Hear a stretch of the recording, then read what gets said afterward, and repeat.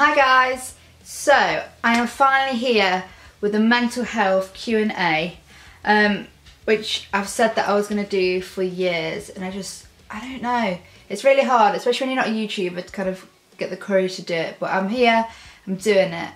So if you follow myself or my band Eva Plays Dead, you'll know that we've recently released our song Get Back, which I'll put down below. That song is something really personal to me, about my diagnosis with bipolar disorder, which I got last year. And for me that was a really important time for me in my life, as I've struggled with mental health for many years, especially through a time when mental health wasn't recognised. So that song was really important, and it got a lot of people talking about mental health, and people coming to me and asking me questions about how did you get that diagnosis, what did you do, I don't really understand, I'm having issues, my family members having issues, but I don't really know what I should do or what I should, say to them. Now obviously I can only speak from my personal experience.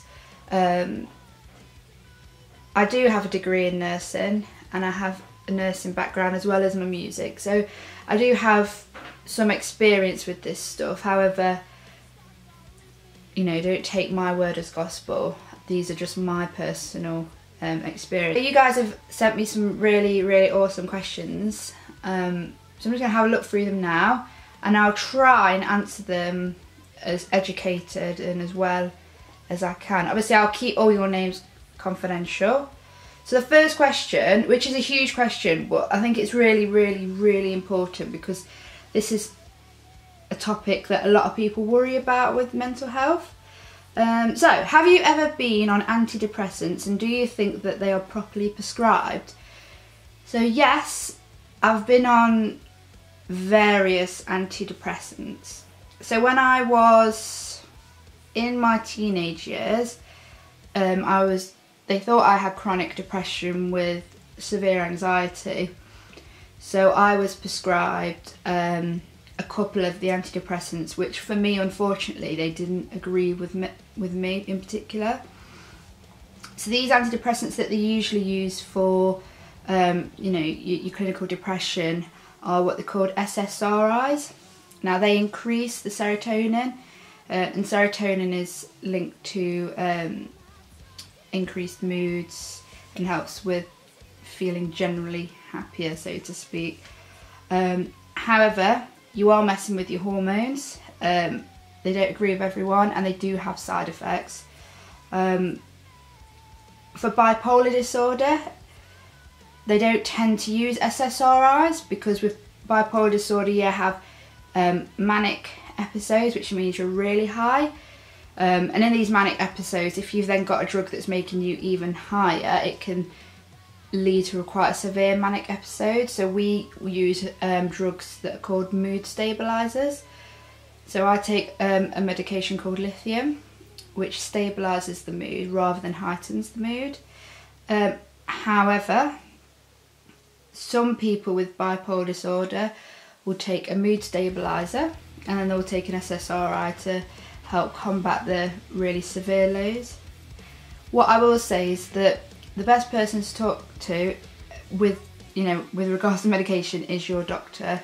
Now, if you don't have a very good relationship with your doctor, then you need to be looking at different doctors, see if you can speak to somebody else in the surgery that you go to, change surgeries if it's possible, and have that conversation. It's trial and error, okay? A lot of the doctors, they're not going to know exactly how you're going to cope with them. It might be that they suggest you take medications and therapy, but I think it's just about being open and honest with your doctor, and understanding that it's going to take time, it's going to take your commitment, but don't disregard antidepressants. They aren't the be all and end all, but they do help people and they do save lives.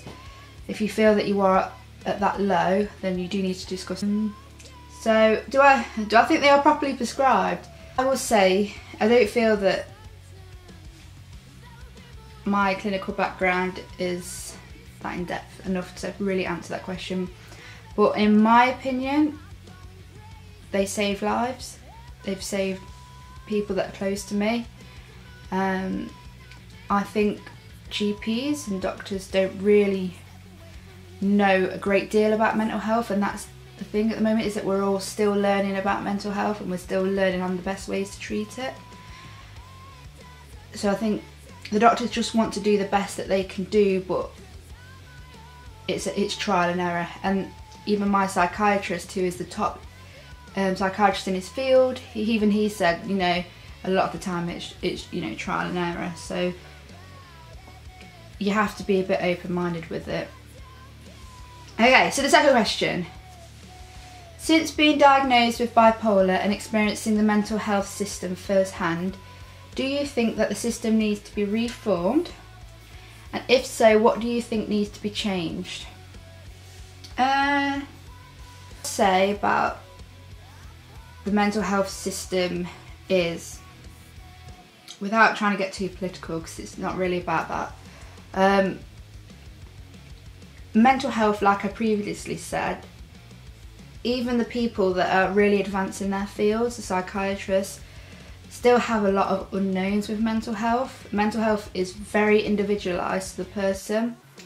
Yes, I have bipolar disorder, but my bipolar disorder will not be the same as somebody else with bipolar disorder. So I'm very high functioning with my mental health issue, whereas some people with bipolar disorder are completely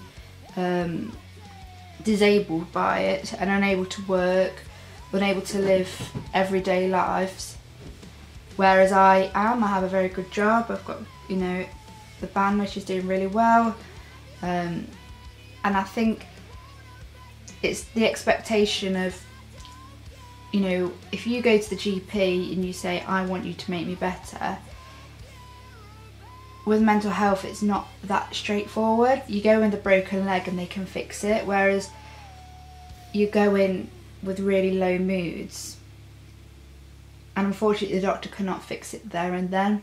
There's no magic medication that's just going to work overnight, and you know, that's why it's so important that if somebody in your life is low, that you support them, because there's no quick fix. And I think in a very depleted NHS system that has no funds, it's very difficult sometimes to give what they need to people with mental health conditions, because it is so individualised. Even had a doctor say to me once, oh, you know, you're really normal for somebody with a mental health condition like bipolar disorder. And for me, I just thought that's so strange, such a strange thing to say, because I don't know what he thought the ideal bipolar patient looked like, but it clearly wasn't me. And the reality is that if you're a human full of hormones and full of chemicals with a brain, you have mental health. You might have really good mental health, or you might have challenges. It's like some people are born with diabetes, but not everybody views mental health like that. So I think a lot of what needs to be changed is people's attitudes, and just looking at research into how we can create a society that cares for their mental health better. So yes. When things get tough and I start to worry, a heat starts from my head and covers my whole body. My breathing can't be controlled. Do you get that, and how do you control it? So this sounds like a panic attack. This is definitely a panic attack. And I don't know many people who haven't had a panic attack. And it's an absolutely crippling feeling, and I feel your pain completely. But I always see anxiety, I try and view anxiety as a positive thing. With all mental health, is try and process your brain to start thinking about it more positively. So I think anxiety just means that I really care about something. And why do I care about something? So, I don't know, for instance, so you just explained that you get this you know, this heat coming down your body and you can't control your breathing. So I'm trying to relate that to an experience that I've had. So for example, I don't know, perhaps I've seen a friend go out with a group of girls. She's put it all on Snapchat and Instagram, but she's not invited me. And say it's really silly, but we all do it in this day and age, unfortunately. And I start to get panicked and worried about it. I get myself all in a tears. I think about things that haven't even happened. I speculate what's happening. I can't control my breathing. I'm starting to lose control of my body, and I'm feeling very worked up and anxious about it. So what I try to do is I've got into the habit of processing that in my mind. Like, okay, accepting I feel anxious. Okay, I feel anxious. What do I care about? What's concerning me? Why am I so worked up? Okay, so the person's gone out and they've not invited me. Right, okay. Well, what's the worst that could happen? They're all talking about me. They don't like me. They don't want to spend time with me. Okay, that's the worst that can happen. Now, going forward, what do I want to do about this to deal with it? And I have got this thing with my friends now that if I feel worked up or anxious, like, oh, they don't like me, they hate me, and I feel myself getting really panicked about it, I'll just drop them a message and say, oh, I'm just having a bit of a tiz, I'm having a panic attack, you've gone out, I don't know why it's bothered me, blah blah blah. And I'm very lucky to be in a situation where my friends will say, don't be silly, I'm on a work night out, it's rubbish anyway, wish you were here, love you. And for me, that completely diffused the anxiety. So I think it's just processing it in your mind. What's the worst that could happen? What am I worried about? Do I need to be this worried about it? And if you feel that your anxiety is so overwhelming that you can't rationalise how you're feeling in quite a, you know, because that's a very rational way of thinking. When you're having a panic attack, you're not always rational. What I would suggest is take yourself out of whatever is stimulating you. So, I don't know, if you're at work, just pull your boss to the side and just say that you need to have 10 minutes, that you're feeling a bit worked up, go sit in the staff room, put some music on or whatever it is that you enjoy, and just concentrate on your breathing. Just think about your breathing and nothing else. Take that 10 minutes for yourself, and then you can start to rationalise why you're feeling the way that you're feeling. If you are in a state where you really can't control it, you need to grab the first person that you trust and let them know. Say, I'm really struggling, and they can kind of help you. Back rubs are really good when you're having a panic attack. If you can get somebody to just rub up and down your back as you breathe with the motion, that's really helpful. But that definitely sounds like a panic attack. If you are having these really regular and they're starting to really cripple your life, then do go see your doctor about it, because there are services that you can access, such as CBT therapy, which is really good. It gives you the tools to work through your mental health and your anxiety and stress. Diagnosis: I'm going through a similar situation and my head is all over the place, just trying to work it all out. Right, well, I'm really sorry that you're kind of going through that, but there is light at the end of the tunnel. You will get there, promise you will. So, what was a turning point? So, for me, I was very young when I first went to the doctors with depression. So a lot of my symptoms were symptoms that came across as physical symptoms, as if I was unwell. So I would have various blood tests because I couldn't get out of bed, I was ill all the time, I had muscle problems even as a young person. I mean, when I was good, I felt really, really good and I overachieved, but when I was low, I was irritable,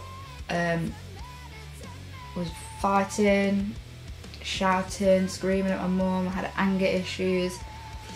So there was a lot of different hormones and elements going on when I was young, which I was told I need to get help for. And I think as well, where my mum and people around me are saying, you know, you need to do something about the way that you are. I think that for me, when someone else is concerned about you, made me go and seek help. So how did you feel when receiving the diagnosis? So, like I said, it took so long for me to get the diagnosis. They kept passing me off and saying,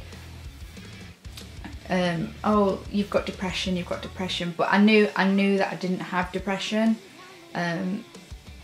Although I do get really, I have been suicidal and I have gone through the depression. My hormones and my moods just flicker so quickly all the time that it had to be something more than depression. So when I finally got the diagnosis of bipolar, I just felt, to be honest, like the world had been lifted off my shoulders, because it's not that you've got an excuse for the way that you are, but if you are having a bit of a rubbish time, you can kind of say like, I'm really sorry, I have a condition, blah blah blah, I'm just really struggling at the moment, I hope you understand, just bear with me, it'll only last a couple of weeks, I just need some time. And people seem to be more understanding, which is quite bad really if you think about it, but for me it gives me something to work off. Okay, so that's my first Q&A done.